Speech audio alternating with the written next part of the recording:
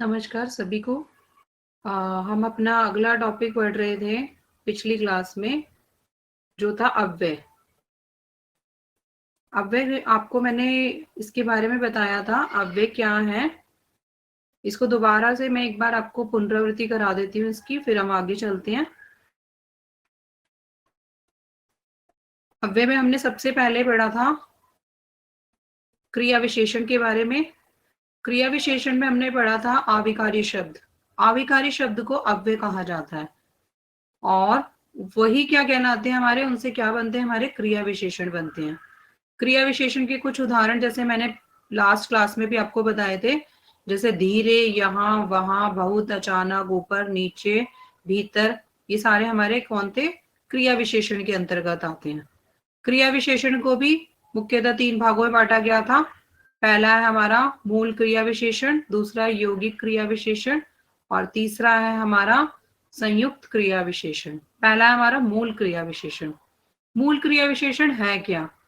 वह क्रिया विशेषण जो किसी अन्य शब्द के बनेंगे, जैसे इधर उधर, अच्छा बुरा, आजकल, किसी का योग नहीं है ये अपने अकेले ही शब्द हैं, इसीलिए इसको क्या कहा गया है, मूल शब्द। और यौगिक शब्द कौन से होते हैं? ये किसी के योग से बनेंगे, क्योंकि यौगिक का मतलब ही क्या होता है, जोड़ना।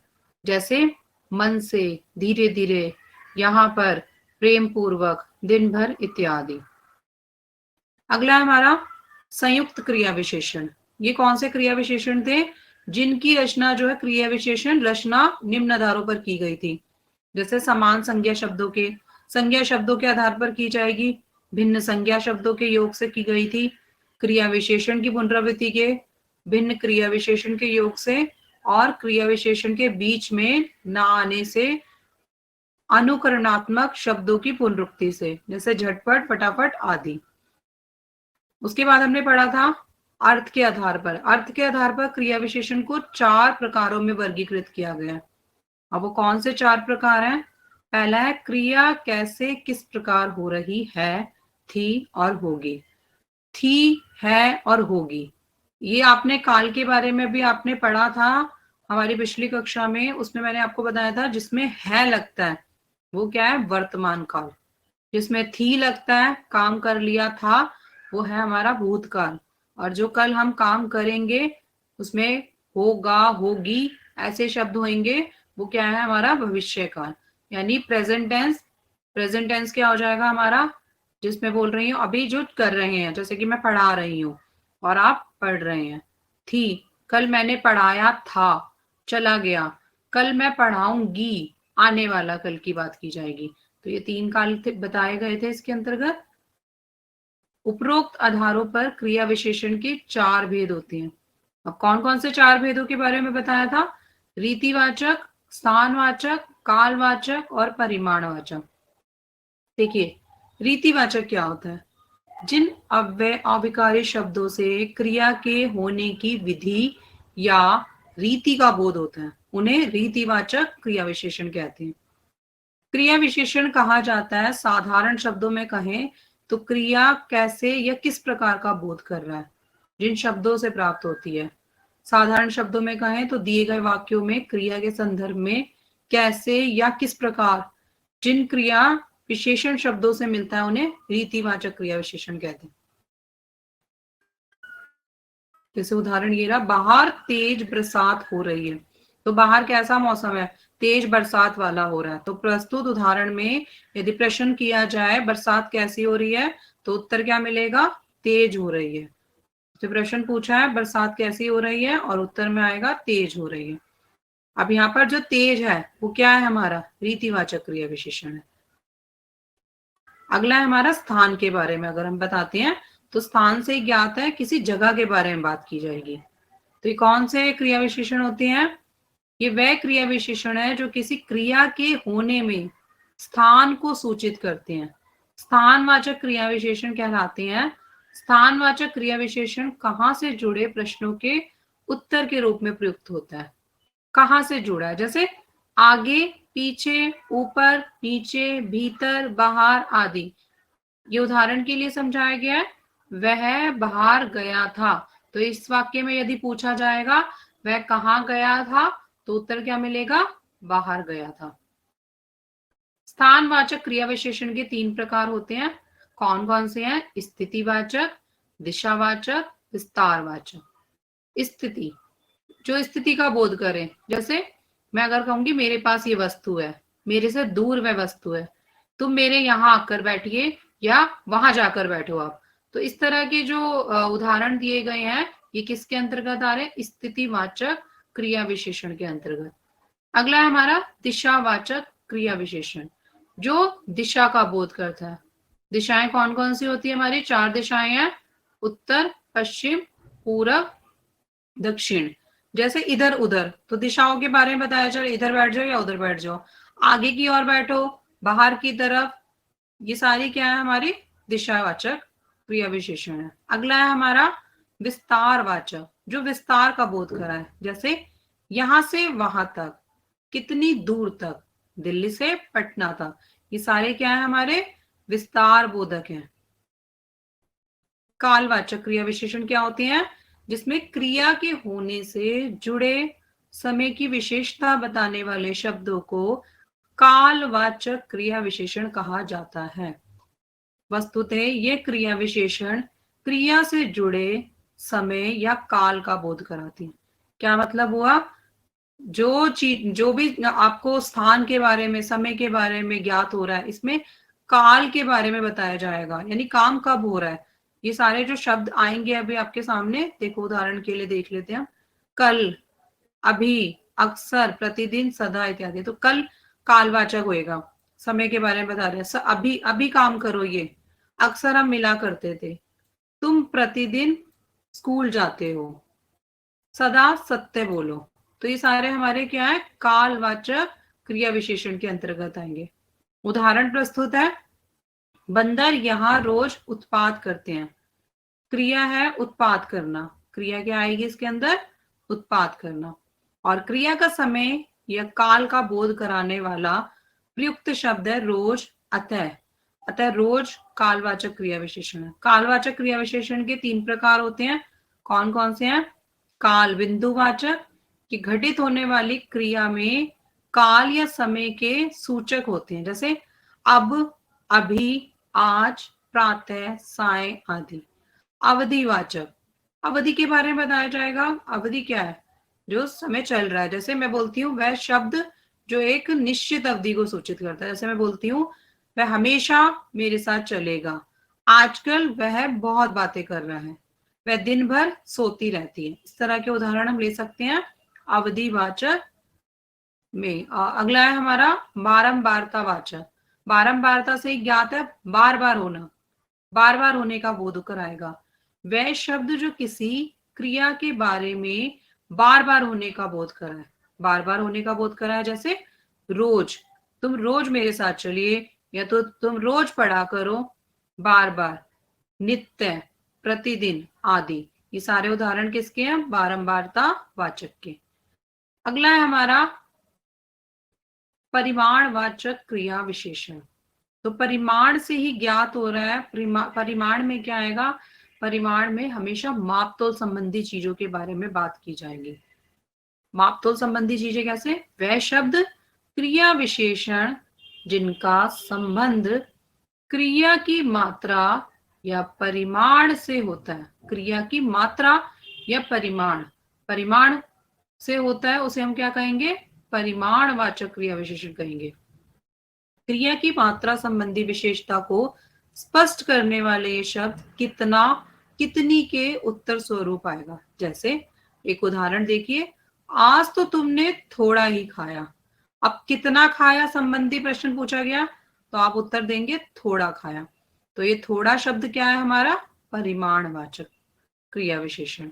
अगर हम बोले, मैं एक उदाहरण और देती हूँ, मैंने बोला आप 10 किलो चावल बाजार से ले आओ। तो मैंने प्रश्न किया आप कितने किलो चावल बाजार से ले आओ, तो आप उत्तर दोगे 10 किलो। तो ये भी क्या हो गया? मापतोल संबंधी चीजों के बारे में बताना है। परिमाणवाचक क्रिया विशेषण को निम्न भागों में बांटा जा सकता है। कौन कौन से भागों में?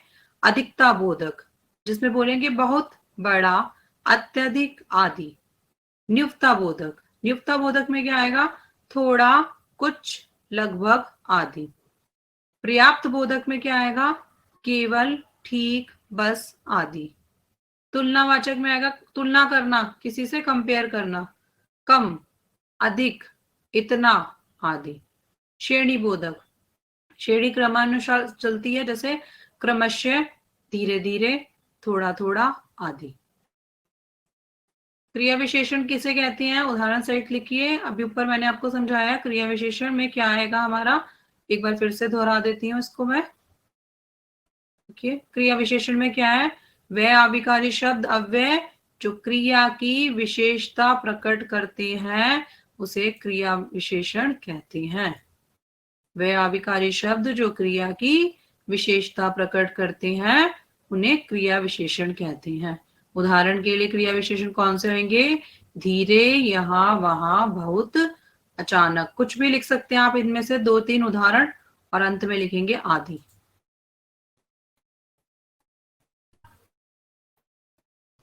अगला प्रश्न है हमारा, क्रिया विशेषण का वर्गीकरण निम्न 2 आधारों पर किया जाता है।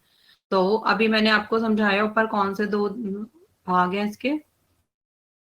ये रहा, क्रिया विशेषण को 2 आधारों पर वर्गीकृत किया जाता है। पहला है रूप रचना के आधार पर। तो रूप के आधार पर किए गए वर्गीकरण के अंतर्गत क्रिया विशेषण के 3 प्रकार होते हैं। पहला, मूल क्रिया विशेषण के बारे में भी मैंने आपको समझाया है, यौगिक क्रिया विशेषण के बारे में आपको समझाया है, और संयुक्त क्रिया विशेषण। ये तो तीनों आपको इसके अंतर्गत लिखने पड़ेंगे। अगला है हमारा अर्थ के आधार पर भी आप बताएंगे इसमें क्रिया कैसे हो रही है, किस प्रकार घटित हो रही है और क्यों हो रही है। अगला प्रश्न है हमारा, संयुक्त क्रिया विशेषण की रचना किन आधारों पर की गई है, स्पष्ट कीजिए। तो ये रहा उत्तर हमारा।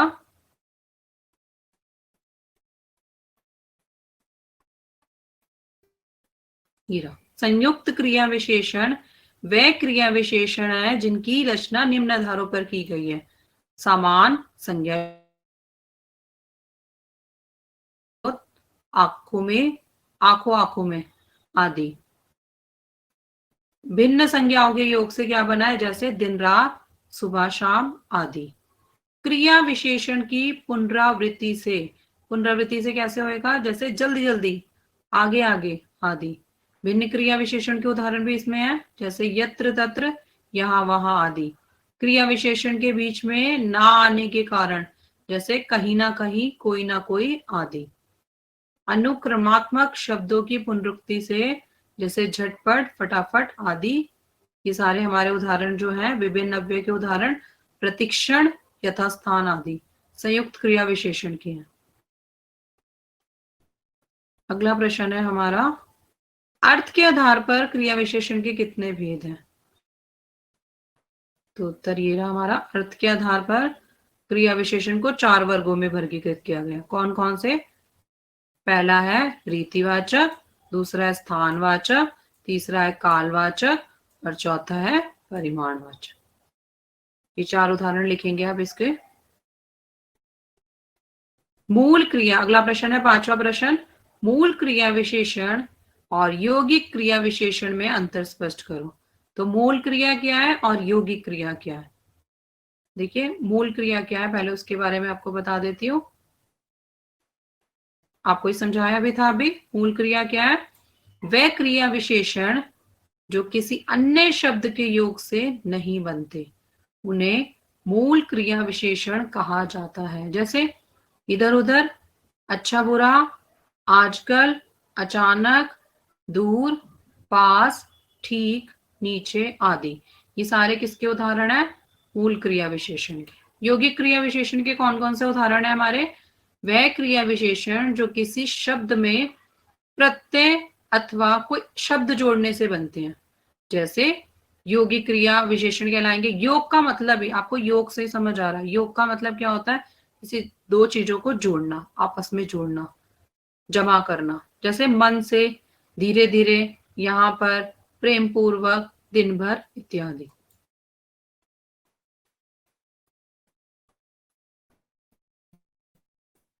ये हमारे 5 हो गए हैं। अब अगला मैं आपको समझा रही हूँ समुच्चय बोधक, समुच्चय बोधक। चलिए समुच्चय बोधक को कराती हूं मैं।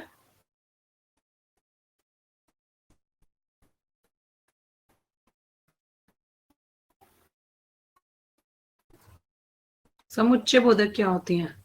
वे शब्द जो दो या दो से अधिक शब्दों, वाक्यों या अथवा एक वाक्यांश से दूसरे वाक्यांश को जोड़ती हैं, समुच्चय बोधक कहलाती हैं। समुच्चय बोधक शब्दों को योजक या समुच्चय बोधक अव्यय भी कहा जाता है। उदाहरण के लिए, कल हमारे विद्यालय में कार्यक्रम था और हमारे घर में भी आयोजन था। तो यहाँ पर दो वाक्य को सहायता से जोड़ा गया है। जैसे पहले वाक्य में क्या बताया, कल हमारे विद्यालय में कार्यक्रम था, और दूसरे वाक्य में बताया गया हमारे घर में भी आयोजन था। कि दोनों वाक्यों को जोड़ने का कार्य करके अलग अलग तरह से समझाया गया योजक शब्द। और एक और वाक्य को दो योजक समुच्चय बोधक अव्यय की सहायता से जोड़कर एक वाक्य बना दिया जाता है। यहाँ वहां, पर, किंतु, परंतु, इसलिए, बल्कि, तब, ताकि, वरना, क्योंकि, या, अथवा, एवं, तथा, अन्यथा आदि शब्द कौन से हमारे? समुच्चय बोधक अव्यय। समुच्चय बोधक शब्दों को योजक शब्द भी कहते हैं। जैसे समुच्चय बोधक अव्यय के दो उदाहरण हम यहाँ पर आपको बताए गए हैं, दो भेद। पहला भेद है इसका समानाधिकरण समुच्चय बोधक, और दूसरा है हमारा व्याधिकरण समुच्चय बोधक। तो व्यधिकरण और समानाधिकरण। पहले समानाधिकरण के बारे में पढ़ेंगे। समानाधिकरण समुच्चय बोधक क्या होते हैं? वे अव्यय शब्द जो स्वतंत्र वाक्यों या वाक्यांशों का परस्पर योग करते हैं, समानाधिकरण समुच्चय बोधक शब्द कहलाते हैं। समानाधिकरण समुच्चय बोधक के मुख्यतः 6 भेद होते हैं। कौन कौन से? संयोजक समानाधिकरण समुच्चय बोधक, विभाजक समानाधिकरण समुच्चय बोधक, विकल्प सूचक समानाधिकरण समुच्चय बोधक, विरोध सूचक समानाधिकरण समुच्चय बोधक, परिमाण दर्शक समानाधिकरण समुच्चय बोधक, वियोजक समानाधिकरण समुच्चय बोधक। अब इसको एक एक करके आपको मैं समझाती हूँ कि क्या है। तो पहला ले लेते हैं हम अपना का में लिखा है हमारा संयोजक समानाधिकरण समुच्चय बोधक। तो ये होते क्या है? ये क्या है? ऐसे शब्द जो दो या दो से अधिक वाक्यों अथवा वाक्यांशों को आपस में जोड़ने का कार्य करते हैं। दोबारा मैं इसको रिपीट कर रही हूं।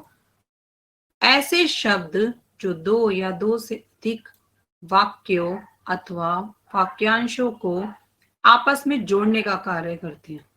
दो शब्दों को या वाक्य को आपस में जोड़ेंगे वे क्या कहलाते हैं? संयोजक समानाधिकरण समुच्चय बोधक। जैसे और, तथा, एवं आदि। कुछ उदाहरण प्रस्तुत यहाँ भी है। राधा और रोमा साथ में बैठी है। तो दो शब्दों को जोड़ने का कार्य क्या कर रहा है? और। राधा, अगर मैं बोल देती राधा रोमा साथ में बैठी है, तो ये कोई वाक्य सही नहीं बन रहा है। राधा और, राधा के साथ कौन बैठी है? रोमा बैठी है। राधा और, दोनों को वाक्यों को जोड़ने का कार्य जो करता है वो क्या है? संयोजक समानाधि। एवं प्रश्न 4 अपनी उत्तर पुस्तिका में लिखो। प्रश्न 2 एवं 4 भी अपनी उत्तर पुस्तिका में लिखो। हमारा खाना तथा पीना शुद्ध होना चाहिए। हमारा खाना, इसको जोड़ने का कार्य क्या कर रहा है? तथा। इन दोनों को, वाक्य को जोड़ने का कार्य क्या कर रहा है? तथा। जैसे हमारा खाना तथा पीना शुद्ध होना चाहिए। विभाजक समानाधिकरण समुच्चय बोधक। विभाजक समानाधिकरण समुच्चय बोधक शब्दों, वाक्यों या वाक्यांशों में परस्पर विभाजन प्रकट करते हैं, अर्थात ये दो वाक्यों या शब्दों को विभाजित करते हैं। जैसे मगर, चाहे, नहीं, तो, क्या, परंतु, अथवा इत्यादि। ये कौन से हैं हमारे? विभाजक।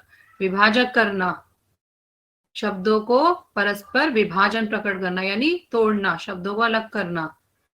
तुमने मन लगाकर पढ़ाई करनी चाहिए थी। तुम्हें मन लगाकर पढ़ाई करनी चाहिए थी, मगर तुम सदा अपना समय नष्ट करते रहते हो। मैं दोबारा से एक बार इसको पढ़कर समझा रही हूँ। तुम्हें मन लगाकर पढ़ाई करनी चाहिए, मगर तुम सदा अपना समय नष्ट करते रहते हो। दिए गए वाक्य में मगर शब्द के माध्यम से वाक्यों का परस्पर क्या हुआ है, विभाजन प्रस्तुत हुआ है। तो दिए गए वाक्य में मगर शब्द के माध्यम से क्या बता रहे हैं, वाक्यों का परस्पर क्या हो रहा है, विभाजन हो रहा है मगर लगने से। विकल्प सूचक, विकल्प विकल्प यानी कि हम वैसे विकल्प का मतलब होता है ऑप्शन। अब यहाँ पर किस तरह के विकल्प हैं उसके बारे में बात करेंगे। जिन अव्यय शब्दों से पद, शब्द, वाक्य या वाक्यांशों में विकल्पों का बोध होता है उन्हें विकल्प सूचक समानाधिकरण समुच्चय बोधक शब्द कहते हैं। जैसे या, अथवा, अन्यथा आदि। या तो तुम पढ़ लो या सो जाओ। क्या मतलब हुआ इसमें, भी मैंने उदाहरण में बताया ना, विकल्प दिए हो, विकल्पों का बोध हो। या, अथवा, अन्यथा, ये शब्द जिसमें भी आएंगे वो कौन से होंगे, हमारे विकल्प सूचक। या तो तुम पढ़ लो या सो जाओ, तो या और यहाँ पर भी आया, दो बार या आया ना, तो ये हमारे कौन से हैं, विकल्प सूचक समानाधिकरण समुच्चय बोध। उपरोक्त वाक्य में या के माध्यम से पढ़ने और सोने का विकल्प प्रस्तुत किया गया। अगला है हमारा विरोध सूचक समानाधिकरण समुच्चय बोध। विरोध सूचक समानाधिकरण दो विरोधी वाक्य या उपवाक्यों के योग का कार्य करते हैं। दूसरे शब्दों में जो अव्यय पद पहले वाक्य के अर्थ से विरोध प्रकट करते हैं वे विरोध सूचक समानाधिकरण समुच्चय बोधक कहलाते हैं। एक बार फिर से समझाती हूँ मैं आपको, ये इसी को दोबारा से एक्सप्लेन कर रही हूँ मैं।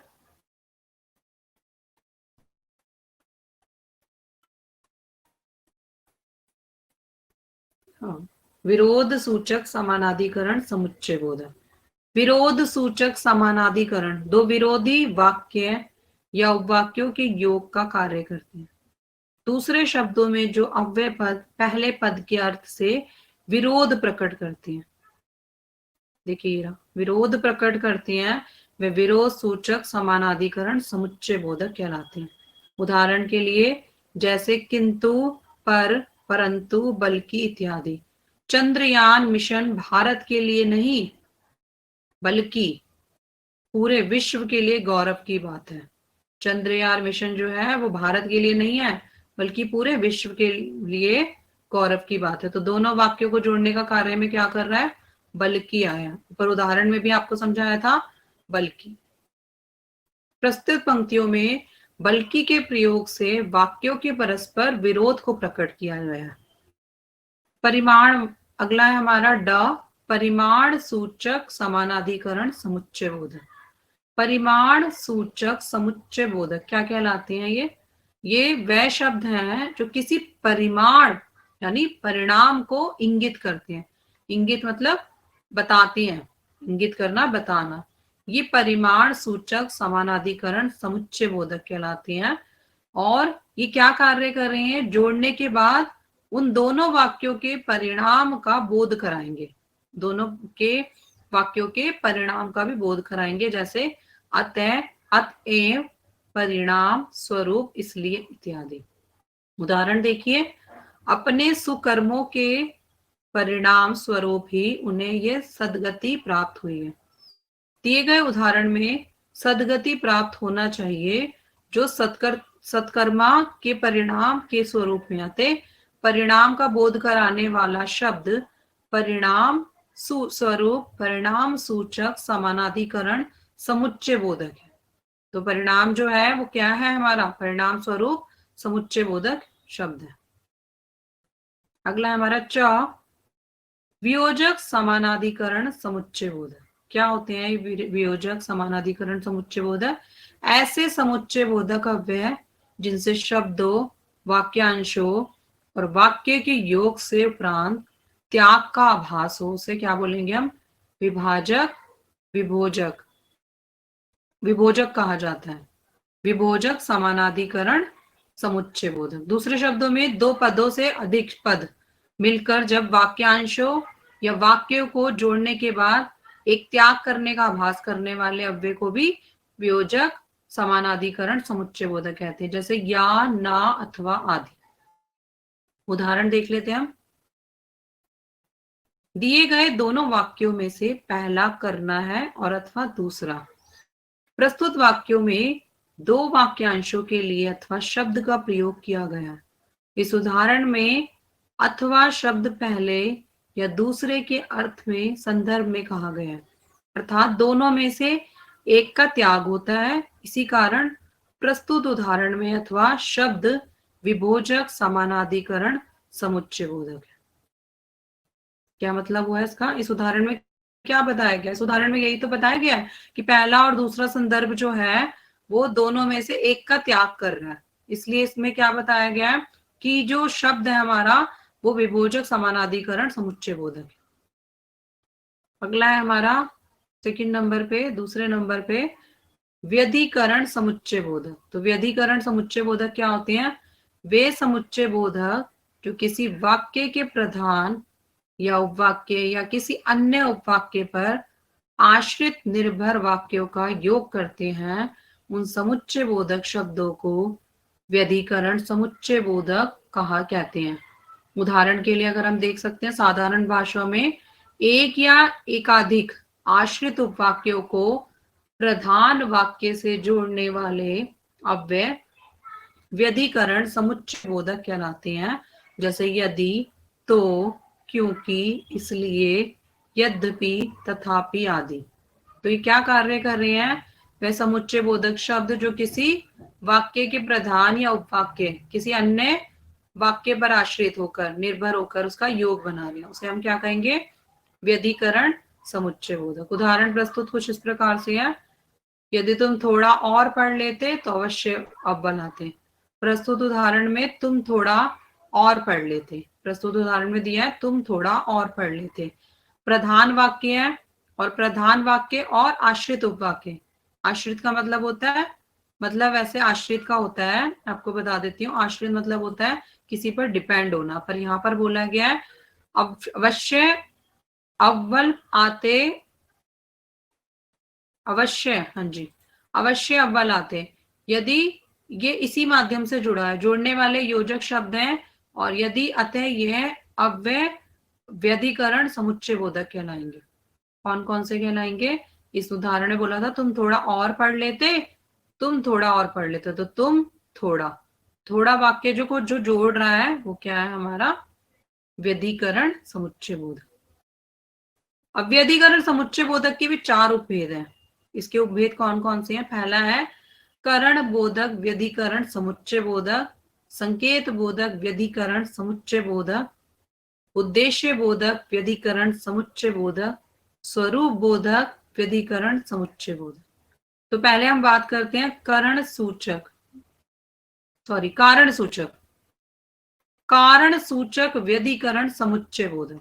कारण सूचक क्या है? ये वे समुच्चय बोधक शब्द हैं जो दो या दो से अधिक वाक्यों या उपवाक्यों को जोड़ते हुए उसमें कार्य कारण संबंध को स्पष्ट करते हैं। जैसे कोई कारण है, कोई रीजन की वजह से हम उसके बारे में बात कर रहे हैं, ये क्या कहलाते हैं? ये सूचक जो है जितने भी बताए गए हैं ये व्यधिकरण समुच्चय बोधक कहा जाता है। दूसरे शब्दों में अगर मैं बात करती हूँ तो समुच्चय बोधक जिनसे किसी वाक्य का कारण ज्ञात होता है।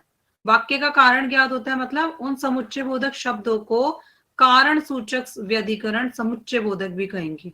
ये अव्यय कारण बोधक वाक्य के प्रारंभ में लगते हैं। प्रारंभ का मतलब क्या होता है? शुरुआत में लगेंगे, जैसे क्योंकि, इसलिए, कि, इस, कारण, चूंकि आदि। उदाहरण के लिए प्रस्तुत वाक्य देखिए, मुझे परिश्रम करना चाहिए ताकि मैं अच्छे अंक ला सकूं।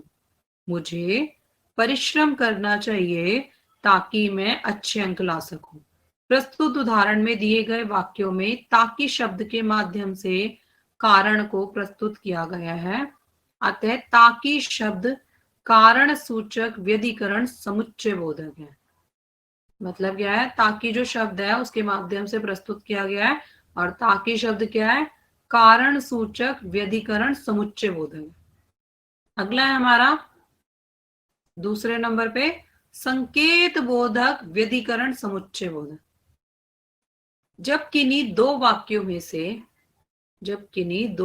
में से पहले वाक्य की घटना से उत्तर वाक्य की घटना का बोध हो तो ऐसे वाक्यों में जो समुच्चय बोधक शब्द प्रयुक्त होते हैं उन्हें संकेत सूचक व्यधिकरण समुच्चय बोधक कहा जाता है। इनका प्रयोग वाक्य में संयुक्त रूप से ना होकर एक का प्रयोग पहले वाक्य के तथा दूसरे का प्रयोग दूसरे वाक्य के प्रारंभ में किया जाता है। उदाहरण के लिए ये अव्यय दो उपवाक्यों को संकेत से जोड़ते हैं। संकेत सूचक व्यधिकरण समुच्चय बोधक सदैव युग्म रूप में ही अपने अर्थ को संपूर्ण करेंगे। जैसे इन अव्यय का जो आप मतलब समझोगे ये एक दूसरे को पूरक करने का कार्य कर रहे हैं, यानी ये क्या करेंगे? वाक्यांशों को जोड़ेंगे और शब्दों को नहीं जोड़ेंगे, सिर्फ वाक्य को जोड़ेंगे, शब्द को नहीं। जैसे यदि, तो, तथापि, यद्यपि, तो, परंतु, ये सारे जो उदाहरण है ये वाक्य को जोड़ने का कार्य कर रहे हैं, शब्दों को नहीं। उदाहरण देखिए इसका, यदि प्रयास करोगे तो ही सफलता मिलेगी। यहाँ पर दिए गए वाक्य में यदि और तो के रूप में संकेत सूचक व्यधिकरण समुच्चय बोधक का प्रयोग किया गया है। तो पहले वाक्य का प्रारंभ यदि से हो रहा है और दूसरे वाक्य का प्रारंभ तो से हो रहा है।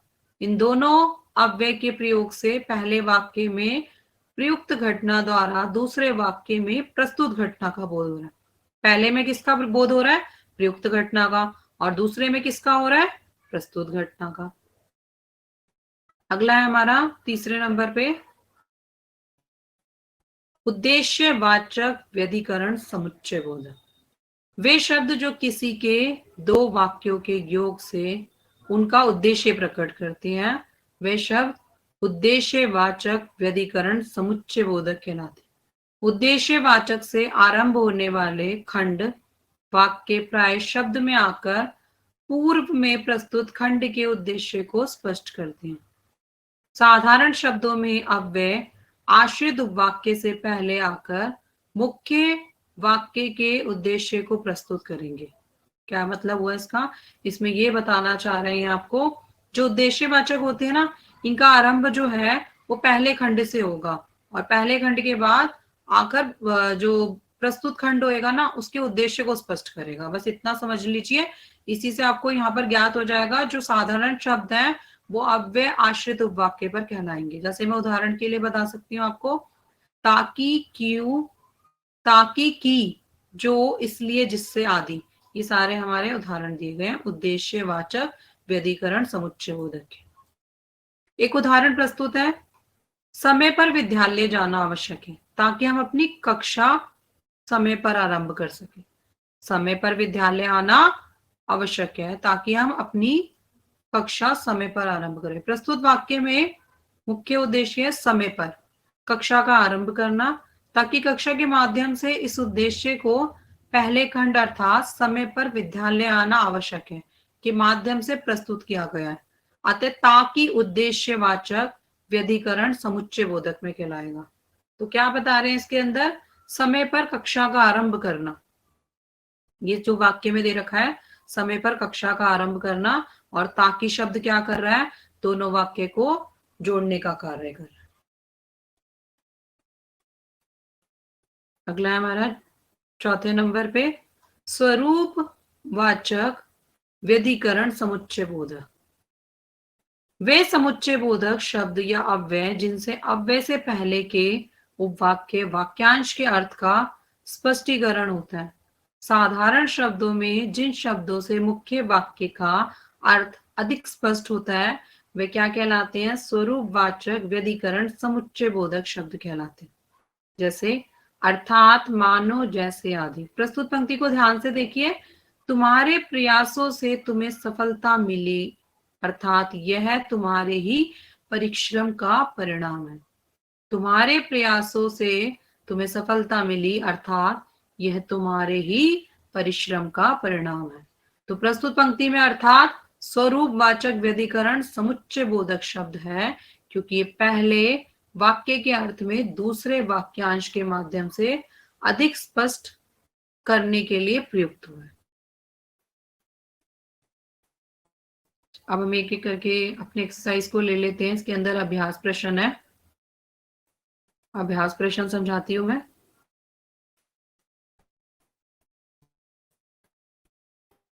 अभ्यास प्रश्न कुछ इस प्रकार है।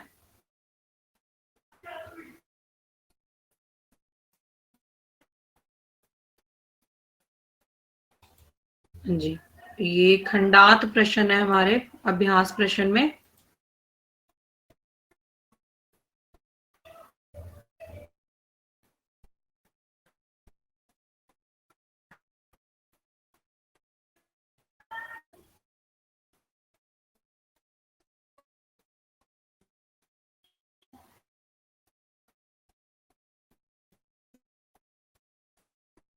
तो पहला प्रश्न है हमारा, समुच्चय बोधक की परिभाषा लिखिए। समुच्चय बोधक की परिभाषा अभी मैंने आपको समझाई है, दोबारा से बता देते हैं। प्रश्न के जो पूछा गया है, ये क्या होती हैं? ये वे शब्द हैं जो दो या दो से अधिक शब्दों, वाक्यों अथवा एक वाक्यांश से दूसरे वाक्यांश को जोड़ते हैं। क्या कहलाते हैं? समुच्चय बोधक कहलाती हैं।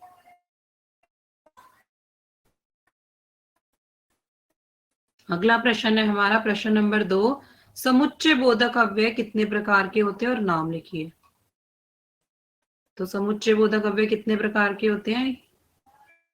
समुच्चय बोधक अव्यय के दो भेद होते हैं। कितने प्रकार हैं इसके? दो, समानाधिकरण समुच्चय बोधक और व्यधिकरण। समानाधिकरण क्या होता है?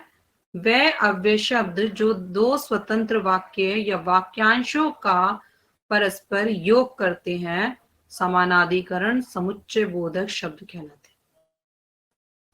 इसके भी अभी मैंने आपको 6 इसके भेद बताए थे। संयोजक समानाधिकरण समुच्चय बोधक, विभाजक समानाधिकरण समुच्चय बोधक, विकल्प सूचक समानाधिकरण समुच्चय बोधक, विरोध दर्शक समानाधिकरण समुच्चय बोधक, परिमाण दर्शक समानाधिकरण समुच्चय बोधक, वियोजक समानाधिकरण समुच्चय बोधक। और एक व्यधिकरण के बारे में बताया गया, समानाधिकरण समझा दिया। समानाधिकरण के ये उदाहरण थे। और व्यधिकरण में, व्यधिकरण क्या है? वह समुच्चय बोधक शब्द जो किसी वाक्य के प्रधान या उपवाक्य किसी अन्य वाक्य पर आश्रित या निर्भर हो, आश्रित हो या निर्भर हो, बात एक ही है, वाक्यों का योग करते हैं। योग मतलब जोड़ते हैं। उन समुच्चय बोधक शब्दों को व्यधिकरण समुच्चय बोधक कहते हैं। साधारण शब्दों में एक या एकाधिक आश्रित उपवाक्यों को प्रधान उपवाक्य से जोड़ने वाले अव्यय व्यधिकरण समुच्चय बोधक कहलाते हैं। जैसे यदि, तो, क्योंकि, इसलिए, तथापि आदि।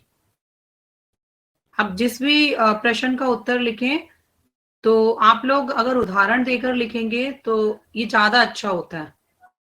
किसी भी का भी आपकी परिभाषा लिख रहे हैं या फिर कोई आप प्रश्न का उत्तर दे रहे हैं, यदि आप उसमें उदाहरण लिखते हैं तो उसके अंक भी अच्छे मिलते हैं आपको। अगला प्रश्न है हमारा, समानाधिकरण समुच्चय बोधक किसे कहते हैं? इनके मुख्य प्रकारों के नाम लिखिए।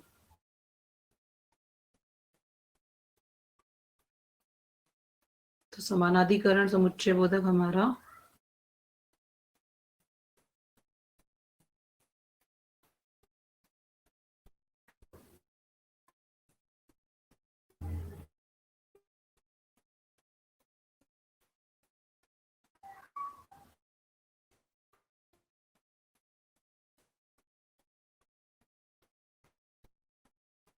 विकल्प, विभाजक, संयोजक, समानाधिकरण। ये रहा समानाधिकरण समुच्चय बोधक। वह अव्यय शब्द जो स्वतंत्र वाक्यों को परस्पर जोड़ने का यानी उसका योग का बताते हैं, वह क्या कहलाते हैं? समानाधिकरण समुच्चय बोधक। अभी मैंने आपको इसके उदाहरण भी दिए ना 6। संयोजक समानाधिकरण समुच्चय बोधक, विभाजक समानाधिकरण समुच्चय बोधक, विकल्प सूचक समानाधिकरण समुच्चय बोधक, विरोध दर्शक समानाधिकरण समुच्चय बोधक, परिमाण दर्शक समानाधिकरण समुच्चय बोधक, वियोजक समानाधिकरण समुच्चय बोधक। अगला प्रश्न है हमारा प्रश्न नंबर 4। व्यधिकरण समुच्चय बोधक किसे कहते हैं, उदाहरण सहित लिखो। तो ये रहा, व्यधिकरण के बारे में भी अभी मैंने आपको समझाया है।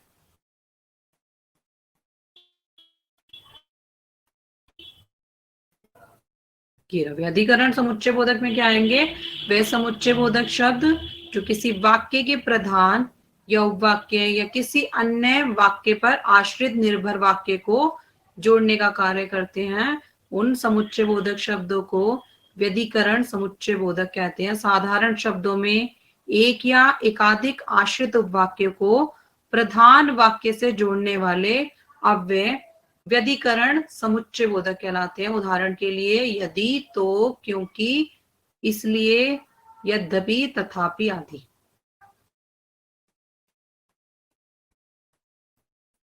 अगला प्रश्न है हमारा, रिक्त स्थानों की पूर्ति करो। खाली स्थान दिए गए हैं, इसको भरना है। वे शब्द जो किन्हीं दो वाक्य के योग से उनका उद्देश्य प्रकट करते हैं, वे शब्द कौन सा कहलाते हैं। देखिए, दो वाक्यों के योग से उनका योग का उद्देश्य प्रकट करते हैं। ऊपर आपको समझाया ना भी, जो दो वाक्यों को जोड़ने का कार्य कर रहे हैं, देखिए दो या दो से अधिक उपवाक्य को जोड़ते हैं तो वे क्या कराएंगे, कारण सूचक व्यधिकरण समुच्चय बोधक। अगला प्रश्न है हमारा, वे समुच्चय बोधक शब्द जिनसे अव्यय के पूर्व के वाक्यांश के अर्थ का स्पष्टीकरण होता है, तो वे क्या कहलाते हैं। एक मिनट,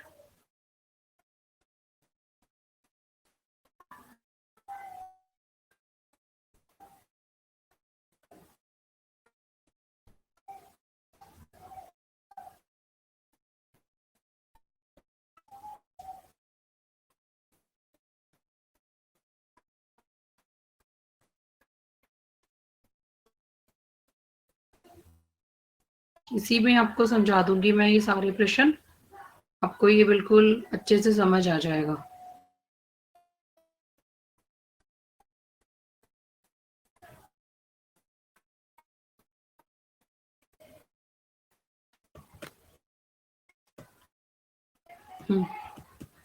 वह समुच्चय बोधक शब्द जिनसे अव्यय के पूर्व के वाक्यांश के अर्थ का स्पष्टीकरण होता है।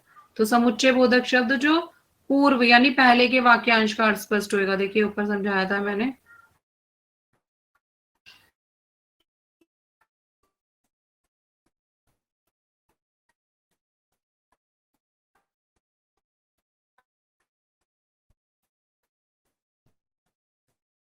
पूर्व का मतलब ही क्या है, पहले।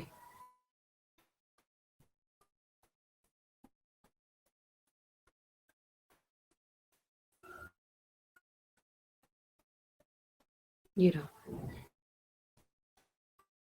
ऐसे शब्द जो वाक्यों को अथवा वाक्यांशों को जोड़ने का कार्य करते हैं, संयोजक समानाधिकरण समुच्चय बोधक कहलाते हैं। अगला प्रश्न है हमारा प्रश्न नंबर 3, इसका गा पार्ट है। प्रश्न नंबर 5 का गा, परिणाम सूचक समानाधिकरण समुच्चय बोधक में अव्यय शब्द किसी डैश को यानी खाली स्थान को इंगित करते हैं, इशारा करते हैं। यह भी बताया था मैंने आपको, ये देखिए इंगित करने का कार्य करेंगे।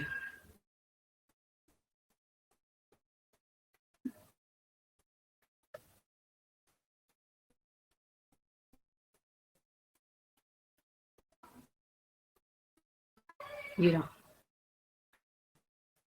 लिखा ना, परिणाम सूचक समानाधिकरण समुच्चय बोधक अव्यय किसी परिणाम को इंगित करने का कार्य करेंगे। ये दिख गया आपको आंसर। ये इसमें जो है इसका आंसर आएगा हमारा, उत्तर क्या आएगा हमारा इसका, परिणाम सूचक समानाधिकरण समुच्चय बोधक। अगला प्रश्न है हमारा, खालिस्तान समान अधिकरण दो विरोधी वाक्य या पर वाक्य उपवाक्यों के योग का कार्य करते हैं। समान अधिकरण दो विरोधी वाक्य या उपवाक्यों के योग का कार्य करते हैं। ये रहा, दो विरोधी और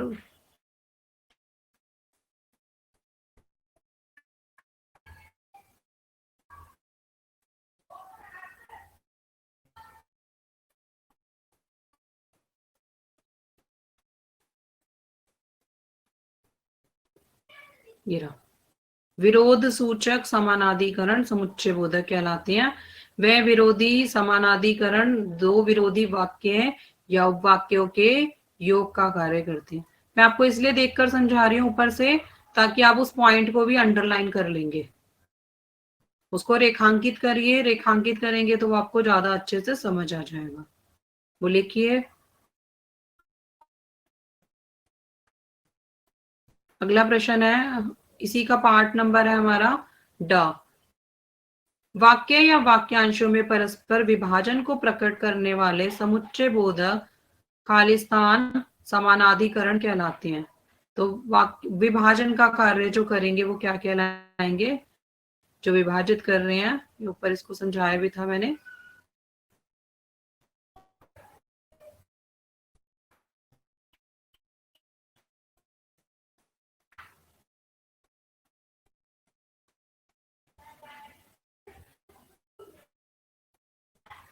ये रहा, विभाजक समानाधिकरण समुच्चय बोधक कहलाते हैं, जिसमें विभाजन किया जाता है।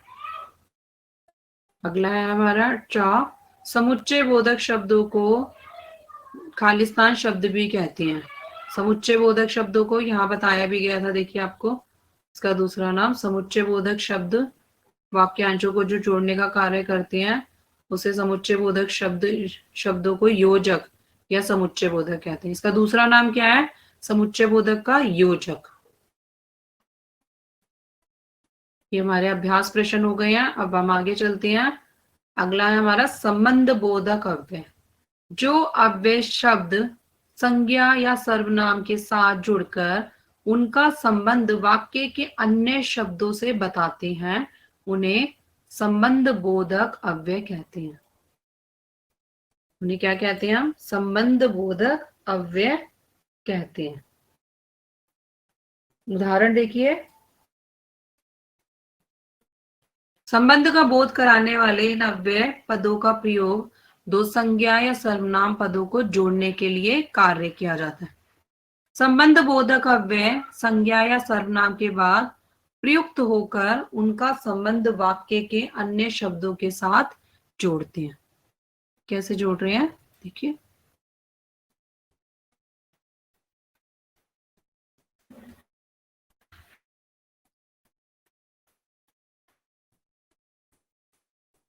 तो जो अव्यय संज्ञा या सर्वनाम के साथ जुड़कर उनका संबंध वाक्य के अन्य शब्दों से बताते हैं, उन्हें संबंध बोधक अव्यय कहा जाता है। संबंध का बोध कराने वाले इन अव्यय पदों का प्रयोग तो संज्ञा या सर्वनाम पदों को जोड़ने के लिए किया जाता है। संबंध बोधक अव्यय संज्ञा या सर्वनाम के बाद प्रयुक्त होकर उनका संबंध वाक्य के अन्य शब्दों के साथ जोड़ेंगे। जैसे के लिए, उदाहरण के लिए समझा रही हूं। लिए, कारण, चलते, साथ, सहित, बिना, अलावा, अतिरिक्त, पीछे, इधर, उधर इत्यादि कुछ संबंध बोधक अव्यय है। वाक्य में प्रयोग प्रस्तुत है। डर के आगे क्या है? जीत। के आगे, के पीछे, के सहित, के बिना, के अलावा, इधर उधर, ये सारे हमारे क्या है? संबंध बोधक। प्रस्तुत पंक्ति में डर और जीत का संबंध बताया गया है, तो इन दोनों संज्ञा शब्दों को जोड़ने के लिए आगे संबंध बोधक शब्द है। जो आगे लिखा है ना, आगे पीछे, ये सारे क्या कहलाते हैं? हमारे संबंध बोधक। कभी कभी समय और स्थान का बोध कराने वाले अव्यय पद क्रिया विशेषण भी होते हैं और संबंध बोधक अव्यय भी। यदि किसी वाक्य में कोई अव्यय पद स्वतंत्र रूप से क्रिया की विशेषता बताता है तो उसे क्रिया विशेषण कहेंगे। कभी कभी समय और स्थान का बोध कराने वाले अव्यय पद क्रिया विशेषण भी होते हैं और संबंध बोधक अव्यय भी। यदि किसी वाक्य में कोई अव्यय पद स्वतंत्र रूप से क्रिया की विशेषता बताता है तो हम उसे क्या कहेंगे? क्रिया विशेषण कहेंगे। परंतु जब इनका प्रयोग संज्ञा या सर्वनाम शब्दों के साथ होता है तो उन्हें क्या कहेंगे हम? संबंध बोधक। समझ आ गया? जब अगर बात करते हैं, मैं आपको साधारण भाषा में समझा रही हूँ, सिंपल भाषा में। जब संबंध बोधक क्या आएगा? जब वाक्य में अव्यय पद स्वतंत्र रूप से क्रिया की विशेषता बताते हैं। और या अन्य शब्दों में अगर आप बात करें तो जो संज्ञा और सर्वनाम के साथ होता है उसे संबंध बोधक कहते हैं। संबंध बोधक अवयव का वर्गीकरण 3 आधारों पर किया जाता है, जो इस प्रकार है। कौन कौन से हैं? प्रयोग के आधार पर, अर्थ के आधार पर, व्युत्पत्ति के आधार पर। अब इसको एक एक करके समझाती हूं मैं। पहला प्रयोग के आधार पर, विभक्ति रहित सहित संबंध बोधक अव्यय। जिन अव्यय शब्दों का प्रयोग कारक विभक्तियों, कारक चिन्ह आपको पता है, आपने पढ़े हैं, आपको मैं बता देती हूँ कारक चिन्ह होते क्या है। कारक चिन्ह क्या होते हैं? कर्ता ने कर्म को करण से, संप्रदान के लिए, अपादान से, संबंध का के की, अधिकरण में पर, संबोधन हेयरे। तो ये सारे हमारे कारक चिन्ह जो है, 8 कारक चिन्ह है। इनका मतलब क्या है? जिन वाक्यों में शब्दों का प्रयोग कारक विभक्ति अभी मैंने आपको बताया, ने, को, सो, के आदि, कर्ता ने कर्म को करण से, संप्रदान के लिए, ये सारे हमारे कारक चिन्ह के साथ होता है, तो उन्हें विभक्ति सहित संबंध बोधक अव्यय कहते हैं। संबंध बोधक अव्यय विभक्ति अथवा कारक के बाद प्रयोग किया जाता है, जैसे आगे, पास, लिए और इत्यादि। अगला है हमारा विभक्ति रहित अनुबद्ध संबंध बोधक अव्यय।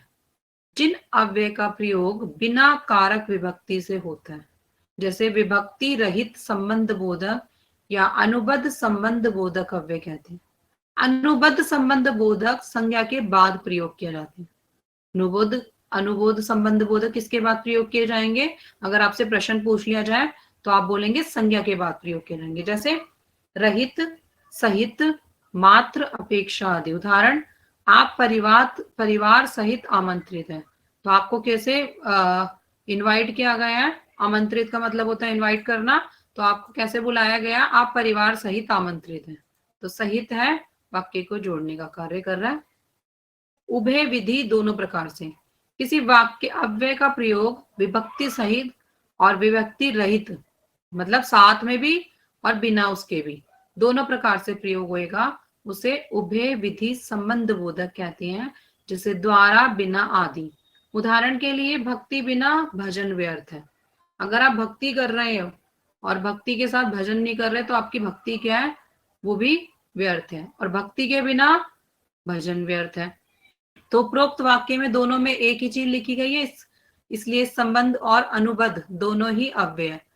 चित्त प्रतीत होते से उभय विधि का संबंध बोधक है। देखिए दोनों में लगा है ना, बिना, बिना और के बिना, यानी साथ में और उसके बिना। अगला है हमारा अर्थ के आधार पर।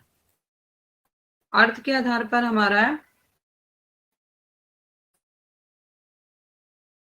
मैं आपको समझा रही हूं।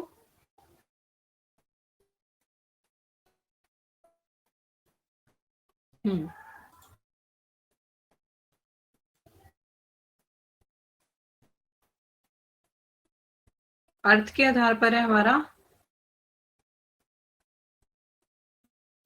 अर्थ के आधार पर अर्था अनुसार संबंध बोधक अव्यय के प्रकार निम्नलिखित है। कालवाचक संबंध बोधक, जिन अव्यय शब्दों से समय का ज्ञान होता है उन्हें कालवाचक संबंध बोधक अव्यय कहते हैं, जैसे आगे, पीछे, बाद में और इत्यादि। दोबारा समझा रही हूँ, काल से ज्ञात हो रहा है आपको। जिन अव्यय शब्दों में समय का ज्ञान हो उन्हें क्या कहेंगे हम? कालवाचक संबंध बोधक अव्यय। स्थान का, जिसमें स्थान के बारे में बात की जा रही हो, जिन अव्यय शब्दों से स्थान का पता चलता है वे स्थानवाचक संबंध बोधक अव्यय कहलाएंगे, जैसे पीछे, आगे, ऊपर, नीचे इत्यादि। दिशावाचक, दिशा यानी डायरेक्शन के बारे में बात की जाएगी, दिशाओं के बारे में बात की जाएगी। जिन अव्यय शब्दों से किसी दिशा का बोध हो, जिन अव्यय शब्दों से किसी दिशा का बोध हो उन्हें दिशावाचक संबंध बोधक कहते हैं, जैसे और, तरफ, आसपास इत्यादि। और, तरफ, आसपास इत्यादि। अगला है हमारा स्थान साधन वाचक संबंध बोधक। जिन अव्यय शब्दों से किसी साधन का ज्ञान होता है उन्हें साधनवाचक संबंध बोधक अव्यय कहते हैं। जैसे माध्यम से, किसी के माध्यम से, साधन होता है हमारा माध्यम, तो इसमें अगर आ जाएगा माध्यम, द्वारा इत्यादि। उदाहरण के लिए बताया गया है। विरोध सूचक संबंध बोधक, जिन अव्यय शब्दों से प्रतिकूलता या विरोध की प्रतीति होती है उन्हें विरोध वाचक संबंध बोधक अव्यय कहते हैं। जैसे किसी के विरुद्ध होना, किसी के विपरीत होना इत्यादि। समता सूचक सादृश्य वाचक संबंध बोध, जिन अव्यय शब्दों से समानता का आभास होता है, जिन अव्यय शब्दों से समानता का आभास होता है उन्हें समता सूचक सादृश्य वाचक संबंध बोधक अव्यय कहते हैं। जैसे समान, तरह, जैसा आदि, समान, तरह, जैसा इत्यादि। अगला है हमारा सहचर सूचक संबंध बोधक। सहचर सूचक संबंध बोधक, साथ में होना, समेत होना, संग होना इत्यादि सहचर सूचक संबंध बोधक है, जो साथ या सहचर का बोध करते हैं। विषय, अगला है हमारा विषय वाचक संबंध बोधक, जिन अव्यय शब्दों से विषय की जानकारी प्राप्त होवे उसे हम क्या कहते हैं? विषय बोधक संबंध बोधक। जैसे उदाहरण के लिए इसमें अगर हम बात करेंगे तो किसी के बारे में बात कर रहे हैं, किसी के विषय में बात करेंगे तो ये क्या कहलाएगा? विषयवाचक। संग्रह वाचक संबंध बोधक, जिसमें आएगा भर, तथा, तक इत्यादि संग्रह वाचक संबंध बोधक है। ये वस्तु के संग्रहण का ज्ञान कराते हैं। अगला है हमारा कारण वाचक संबंध बोधक, जिन संबंध वाचक अव्यय से किसी कारण का पता चलता हो, यानी क्या कारण है उस काम के लिए, क्यों करना चाहते हैं उस कार्य को, उसे कारणवाचक संबंध बोधक कहते हैं।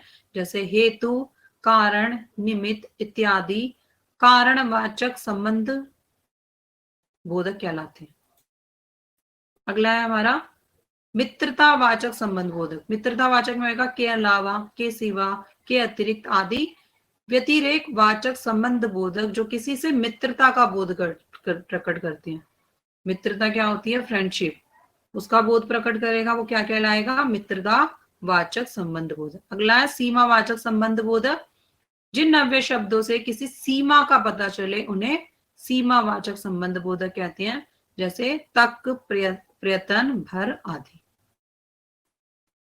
अगला है हमारा व्युत्पत्ति या रूप के आधार पर, इसे हम अपनी अगली कक्षा में करेंगे। आज के लिए इतना ही। व्युत्पत्ति या रूप के आधार पर अगली कक्षा में पढ़ेंगे।